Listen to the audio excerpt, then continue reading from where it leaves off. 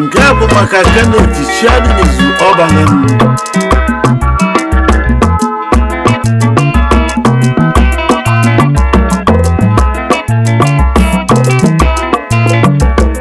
Ọ bụ onye bụ eze Igbo ndụ Igwedogogo Kilinsa, Igwedogogo Kilinsa, onye bụ eze Igbo ndụ Igwedogogo Kilinsa.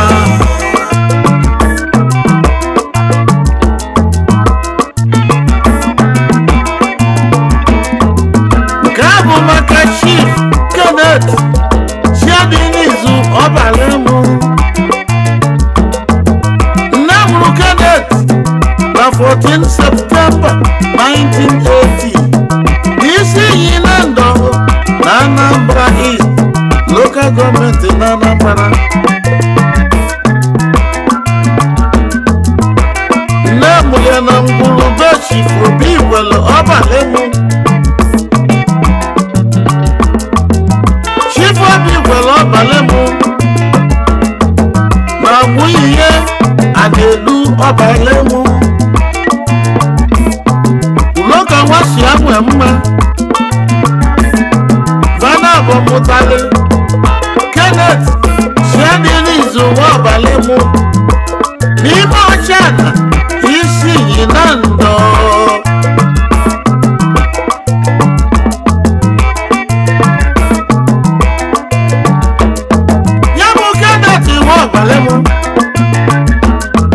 Mmadụ na nwatakịrị mmadụ mmadụ ihe ga-amụ n'ụwa. O wee gụwa akwụkwọ gụsịapụta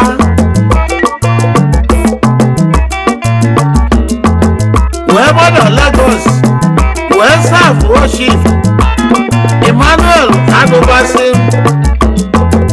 Emmanuel Adubasim bụ onye ugboro n'isi onye na Ndọ. Ọ safụrụ ọfụma o wee duo anya ụlọ. Kenneth Obalem bụ Director Gogo Herbs West Africa Limited, ndị na-eme Gogo Kilinsa Herbal Mixture.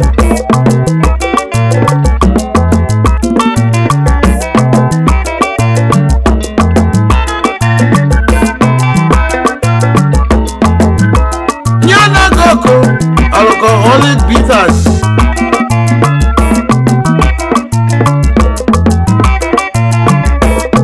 Kenneth Obalem, Director Prince Kenoba Nigeria Limited, ndị na-eme Heritage Bitters na Prince Kenoba Table Water. Nkeve bụ ọkacha mma.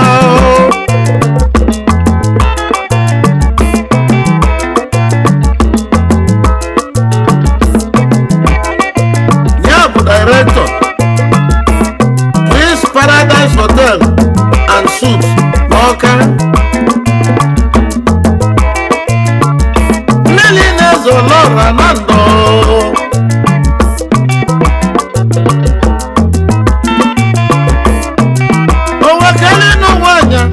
Wenuta Chinelo Obalem osodi ema akuo. Owa mutali ya da isisi abu onye Chisom Obalem ada Igwedo.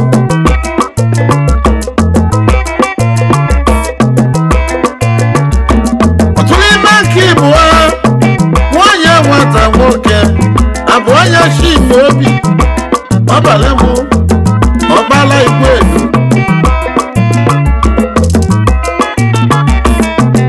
Ọmụrụ nke ịtọdebe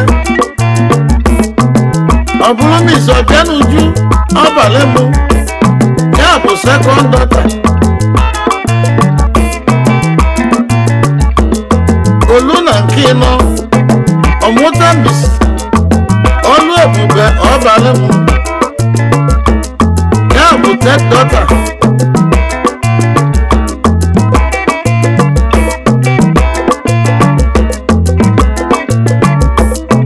Ozi nwoke na-eli ya ezi nwanne ya Sunday ewela ọbalimo lecturer na University of Nigeria na Nsukka.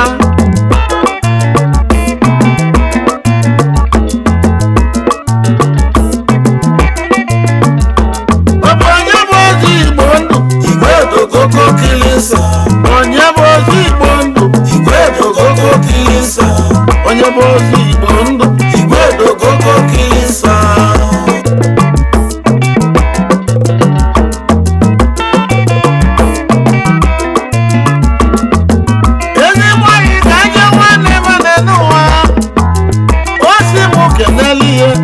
Ndị ezigbo oyi ya ndị vani ya dị na mma ewo.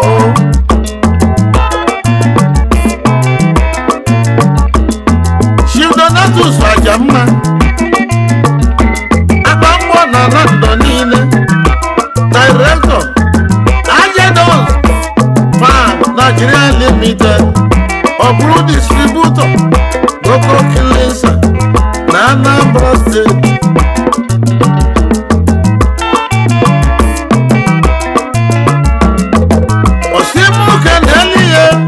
Onye ka osita ego jụrụ oyi na ndụ onye ọma.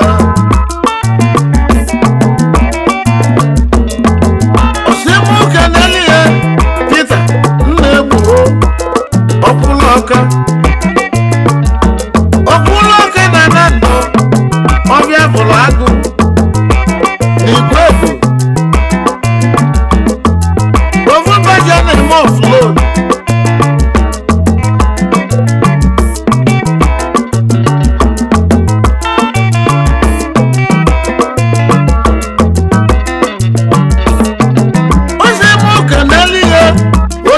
Charles Mba Ide Abolika osi isi ime Odogwu. Kedu elu ihe Chinedu Nwadigbo oke osisi n'ukwu. Chinedu Nwadigbo oke osisi n'ukwu n'udu n'ụkọbịa. Alụsị ego ndị Igbo na Malaysia, Morocco na Malaysia.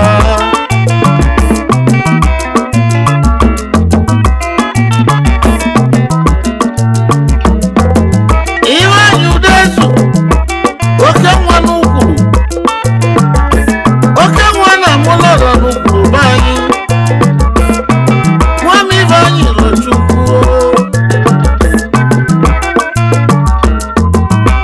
Osimuke n'elu ihe ọ nọ n'Igbo bụ agụ. Mmadụ ka anyị ọra onye Chimeleze n'ukwu.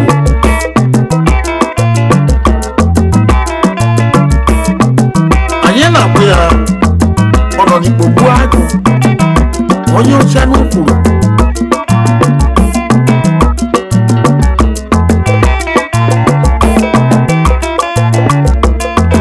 Osimuke n'elu ihe Emeka Ajamma Ọkwụlọka na Nnọkwa Odogwu. Director Lavish Drink. Managing Director Prince and Princess Pampers.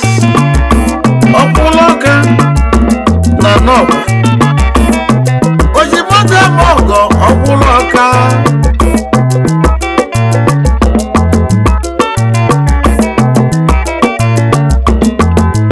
Nkene Chief Chika's Hotel and the Nnu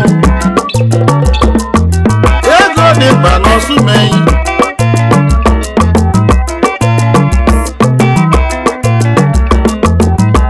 Chief Ignatius Chiokwe onye ọma Enyora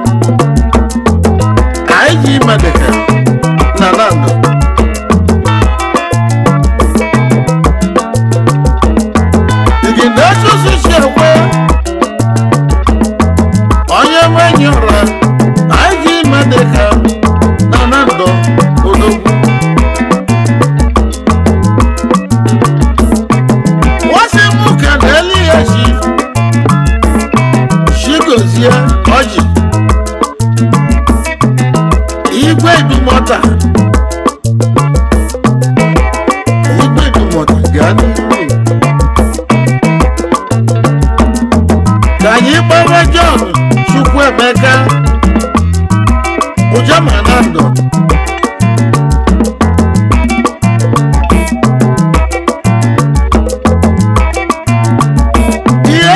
Dozie Emeka Obele Nando President Nando Youth Association onye machiri anyị gaba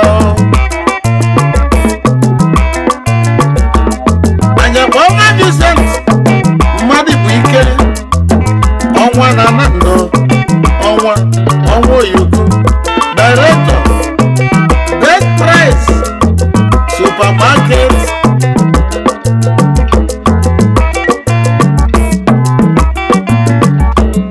onye bụ ọzọ Igbo ndụ Igwe Dogogo Kilisa onye bụ ọzọ Igbo ndụ Igwe Dogogo Kilisa onye bụ ọzọ Igbo ndụ Igwe Dogogo Kilisa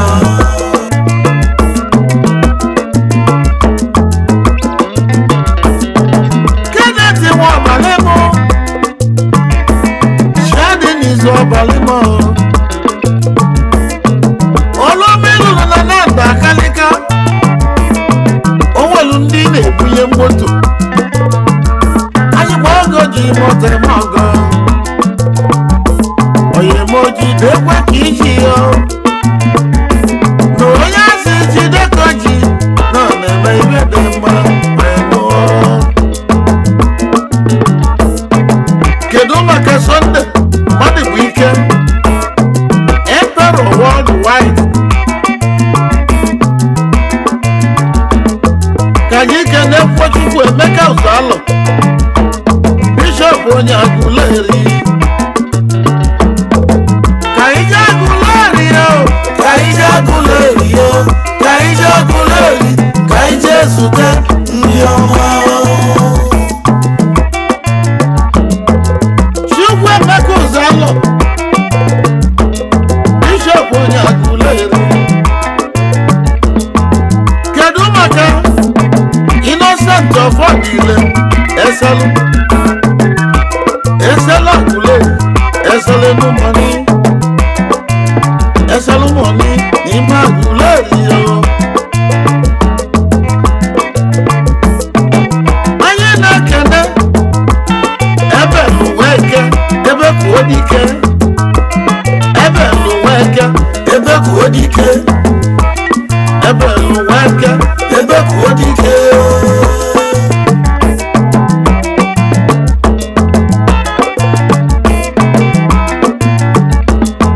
kedụzi maka Obinna Eze Amasị mkpụrụ obi na nka na n'aka ka o si eje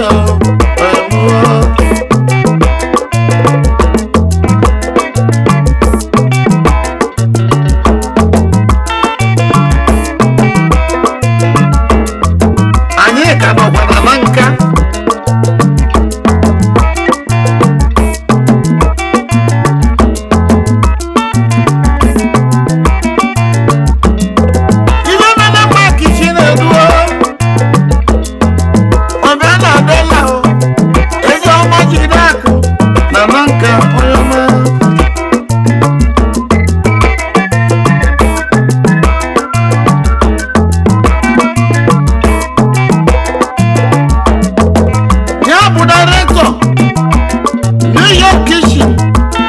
First Bank na Lagos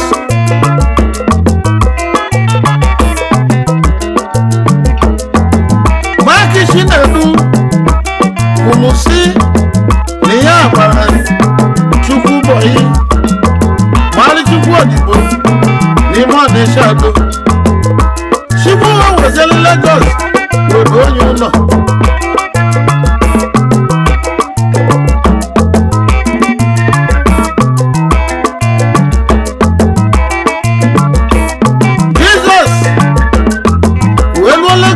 webe onye ụlọ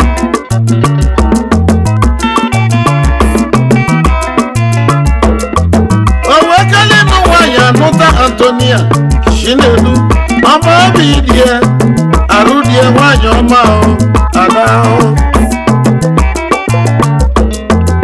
onye kwele Okoye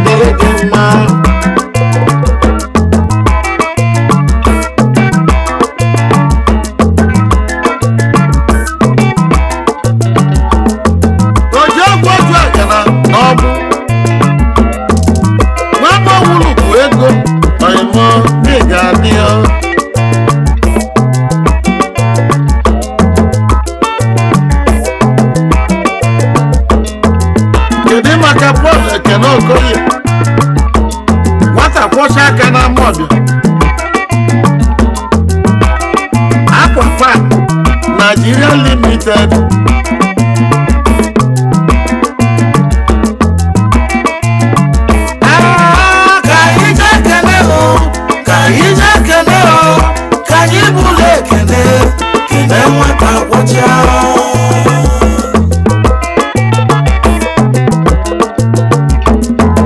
onye makenet shadi n'izu ọba ndụ anyị na-enye gị ekele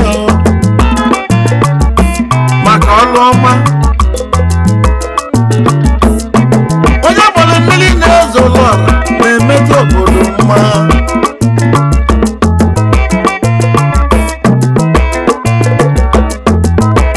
o nwere ndị ọ na-ebunye moto ndị ọ na-emere ọgụ akalịka shadi n'izu nwa ọbalịmọ maka na nne na nna ya ji chikwu bụrụ ụzọ n'oge ka o ji mụta kenet bụ anya ama bụ anya shadi n'izu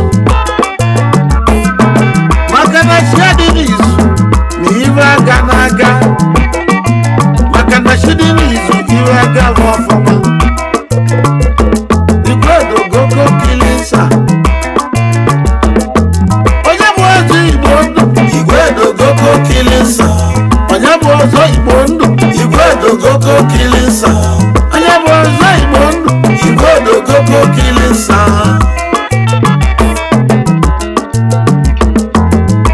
Ikechukwu Morocco ike nke ndị ukwu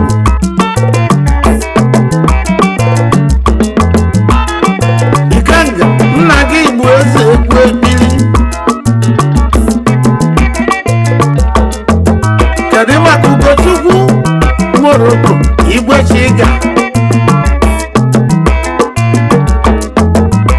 kedu maka Nnamdi nwa Morocco odogwu na Amerịka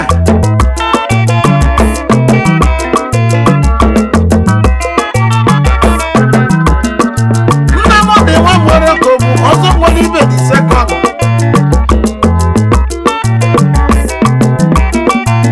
Ikechukwu onye dịka nwa Morocco oji na nwata na South Africa anyị gbama chifu Tochukwu ezi isi akụnye nwata kwuo n'ala gụrụ onye ọma chairman Ematos Agencies Limited onye bụ ọzọ igbo ndụ igwedogogo kilinsa onye bụ ọzọ igbo ndụ igwedogogo kilinsa